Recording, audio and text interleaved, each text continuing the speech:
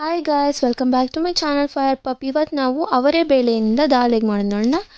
ಒಂದು 2 ಮುಷ್ಟಿಯಷ್ಟು ಬೇಳೆಯನ್ನು ನಾವು ತೊಳ್ಕೊಂಡು ಈ ರೀತಿ ಕುಕ್ಕರಲ್ಲಿ ಹಾಕ್ಕೊಂಡು ಸ್ವಲ್ಪ ಹೆಚ್ಚಿದಂಥ ಈರುಳ್ಳಿ, ಬೆಳ್ಳುಳ್ಳಿ, ಕರಿಬೇವು ಸೊಪ್ಪು ಹಾಗೂ ಅರಿಶಿನ, ಉಪ್ಪನ್ನು ಹಾಕ್ಕೊಳ್ಳೋಣ. ಟೊಮೆಟೊನ ಹಾಕ್ಕೊಳ್ಳೋಣ ಬನ್ನಿ ಒಂದು ಕುಕ್ಕರ್ಗೆ. ನಂತರ ಈ ಕುಕ್ಕರಿಗೆ ಏನು ಮಾಡಬೇಕು ಅಂದರೆ ಸ್ವಲ್ಪ ನೀರು ಹಾಕ್ಕೊಳ್ಳೋಣ. ಎಷ್ಟು ಕುಕ್ಕರಿನ ಅರ್ಧವಾಗುವಷ್ಟು ನೀರು ಹಾಕ್ಕೊಳ್ಳೋಣ ಬನ್ನಿ.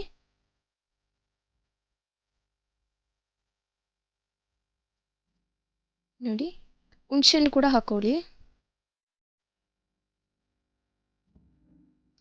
ಈ ರೀತಿ ಮುಚ್ಚಳವನ್ನು ಮುಚ್ಚಿ ಟೈಟಾಗಿ ಒಂದು 3ರಿಂದ 4 ವಿಷಲ್ ತನಕ ಕೂಗ್ಸೋಣ.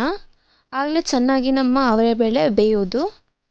ಈ ರೀತಿ ವಿಷಲ್ ಆದಮೇಲೆ ನೋಡೋಣ ಬೆಂದಿದೆಯಾ ಅಂತ. ಓಕೆ, ಬೆಂದಿದೆ. ನೆಕ್ಸ್ಟ್ ಒಂದು ಬಾಣಲಿಗೆ ಸ್ವಲ್ಪ ಎಣ್ಣೆ ಹಾಕ್ಕೊಂಡು, ಎಣ್ಣೆ ಕಾದ ನಂತರ ಸ್ವಲ್ಪ ಇದಕ್ಕೆ ಇವಾಗ ಹಿಂಗೆ ಏನಂತೀವಿ ನಾವು, ಒಂದು ಸ್ವಲ್ಪ ಹಿಂಗು ಪೌಡರ್ನ ಹಾಕ್ಕೊಳ್ಳೋಣ ಬನ್ನಿ.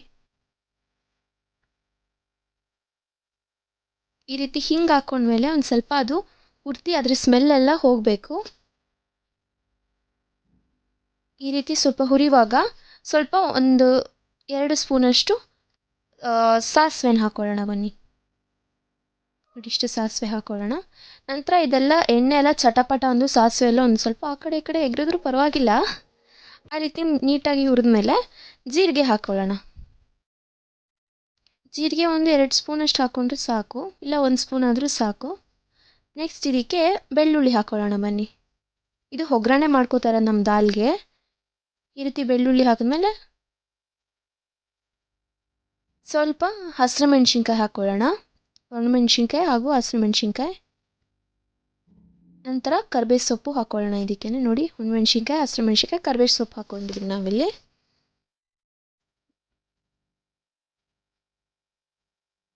ಈ ರೀತಿ ಇದಿಷ್ಟು ಹಾಕಿದ ನಂತರ ಸ್ವಲ್ಪ ಈರುಳ್ಳಿಯನ್ನು ಹಾಕ್ಕೊಳ್ಳೋಣ ಬನ್ನಿ. ನೋಡಿ, ಈ ರೀತಿ ಹಾಕೊಂಡ್ಮೇಲೆ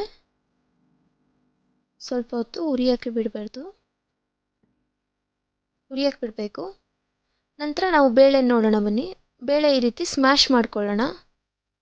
ಬೆಂದಿದೆ ಅಂತ ನೋಡಾದ್ಮೇಲೆ ಬೇಳೆನ ಈ ರೀತಿ ನೀಟಾಗಿ ಸ್ಮ್ಯಾಶ್ ಮಾಡ್ಕೊಳ್ಳೋಣ. ಆಗ ಒಂದು ಸ್ವಲ್ಪ ಎಲ್ಲಾದರೂ ದಪ್ಪ ಇದ್ದರೆ ದಾಲ್ ಅನ್ನೋದು ಬೇಳೆ ಫುಲ್ಲು ನೀಟಾಗಿ ಮೆದಗುತ್ತೆ. ನಂತರ ಇದನ್ನು ನೀಟಾಗಿ ಹುರ್ಕೊಳ್ಳೋಣ ಬನ್ನಿ. ನೋಡಿ, ಹಂಗೆ ಬಿಟ್ಟಿದ್ದಕ್ಕೆ ಒಂದು ಸ್ವಲ್ಪ ಹುರಿದಿದೆ ಅದು. ಈ ರೀತಿ ಒಂದು ಸ್ವಲ್ಪ ಹುರಿದ್ಮೇಲೆ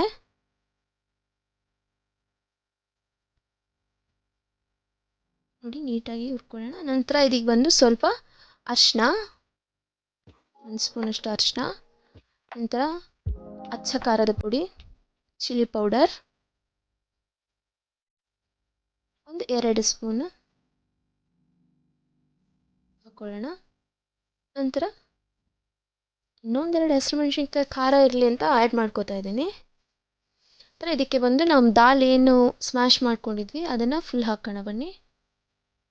ನೋಡಿ,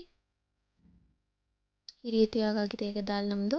ಸ್ವಲ್ಪ ನೀರು ಹಾಕಿ ಪಾತ್ರೆ ಏನಿದೆಯೋ ದಾಲ್ ಎಲ್ಲನೂ ಹಾಕ್ಕೊಳ್ಳೋಣ.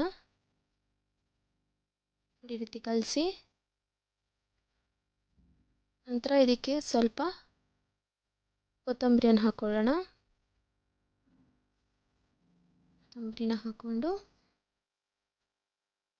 ಸ್ವಲ್ಪ ಉಪ್ಪನ್ನು ಹಾಕ್ಕೊಳ್ಳೋಣ ಬನ್ನಿ. ಸಾಲ್ಟ್ನ ಹಾಕ್ಕೊಳ್ಳೋಣ. ನೋಡಿ ಟೇಸ್ಟ್ ಹೇಗಿರುತ್ತೆ ಅಂತ. ಉಪ್ಪು ಕಮ್ಮಿನೇ ಇರುತ್ತೆ. ರುಚಿಗೆ ತಕ್ಕಷ್ಟು ಉಪ್ಪು ಹಾಕ್ಕೊಂಡು ಸ್ವಲ್ಪ ನೀರನ್ನ ಆ್ಯಡ್ ಮಾಡ್ಕೊಳ್ಳೋಣ. ನಿಮಗೆ ಗಟ್ಟಿ ಬೇಕಂದರೆ ನೀರೇನು ಆ್ಯಡ್ ಮಾಡೋದು ಬೇಡ, ಇಲ್ಲಾಂದರೆ ಜಾಸ್ತಿ ನೀರು ಹಾಕ್ಬಿಟ್ಟು ಸ್ವಲ್ಪ ತಿಳಿ ಥರ ಮಾಡ್ಕೊಳ್ಳಿ. ನಂತರ ಅದನ್ನು ಕಾಯಿಸ್ತಾ ಏನಾಗುತ್ತೆ ಅದು ಗಟ್ಟಿನೇ ಆಗುತ್ತೆ. ನಂತರ ಫುಲ್ಲು ಕುದಿಯೋಕೆ ಬಿಡೋಣ. ನೋಡಿ, ಕುದಿಯುವಾಗ ಒಂದು ಸ್ವಲ್ಪ ಜೀರಾ ಪೌಡರ್, ನಂತರ ಸ್ವಲ್ಪ ಪೆಪ್ಪರ್ ಪೌಡರನ್ನು ಹಾಕ್ಕೊಳ್ಳೋಣ. ಈ ರೀತಿ ಲಾಸ್ಟಲ್ಲಿ ಕುದ್ಮೇಲೆ ಹಾಕ್ಕೊಳ್ಳೋದ್ರಿಂದ ನಮಗೆ ಒಂದು ಅರೋಮಾ ಟೇಸ್ಟ್ ಬರುತ್ತೆ. ತುಂಬ ಚೆನ್ನಾಗಿ ಒಂಥರ ಫ್ರೆಶ್ಶಾಗಿ ಒಂಥರ ಒಳ್ಳೆ ಟೇಸ್ಟ್ ಬರುತ್ತೆ ದಾಲ್ ಏನಿದೆ ನಮ್ಮದು. ನೋಡಿ, ಈ ರೀತಿ ಆದಮೇಲೆ ದಾಲ್ ನಮ್ಮದು ರೆಡಿಯಾಗಿದೆ. ಒಂದು ಪ್ಲೇಟಲ್ಲಿ ಬಿಸಿ ಬಿಸಿ ರೈಸನ್ನು ಹಾಕ್ಕೊಂಡು, ನೋಡಿ ಬಿಸಿ ಬಿಸಿ ಅನ್ನವನ್ನು ಹಾಕ್ಕೊಂಡು ಒಂದು ಬಡಿಸ್ಕೊಂಡು ತಟ್ಟೆಯಲ್ಲಿ ನಮ್ದು ಏನಿದೆ ಈ ಬಿಸಿ ಬಿಸಿ ದಾಲ್ ಮಾಡ್ಕೊಂಡಿರೋದು, ಇಷ್ಟೊತ್ತು ಮಾಡಿದ್ದು ದಾಲ್ನ ಎತ್ಕೊಂಡು ಆ ಅನ್ನದ ಮೇಲೆ ಹಾಕ್ಕೊಂಡು ಆಹಾ,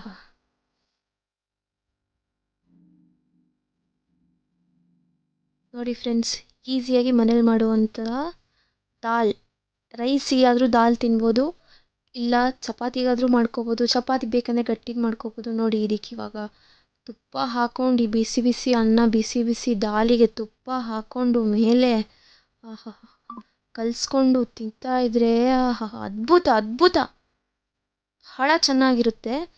ಆ ದಾಲಿನ ಕ್ರೀಮಿ ಟೆಕ್ಸ್ಚರ್ ಏನಿದೆ ಬಹಳ ಚೆನ್ನಾಗಿ ರುಚಿಯಾಗಿದೆ. ಆ ತುಪ್ಪದ ಜೊತೆಗೆ ತಿಂತಾ ಇದ್ರೆ ಮಾತ್ರ. ಮನೆಯಲ್ಲಿ ದಯವಿಟ್ಟು ಟ್ರೈ ಮಾಡಿ, ತಿಂದು ಟೇಸ್ಟ್ ಹೇಗಿದೆ ಅಂತ ಕಮೆಂಟ್ ಮಾಡಿ.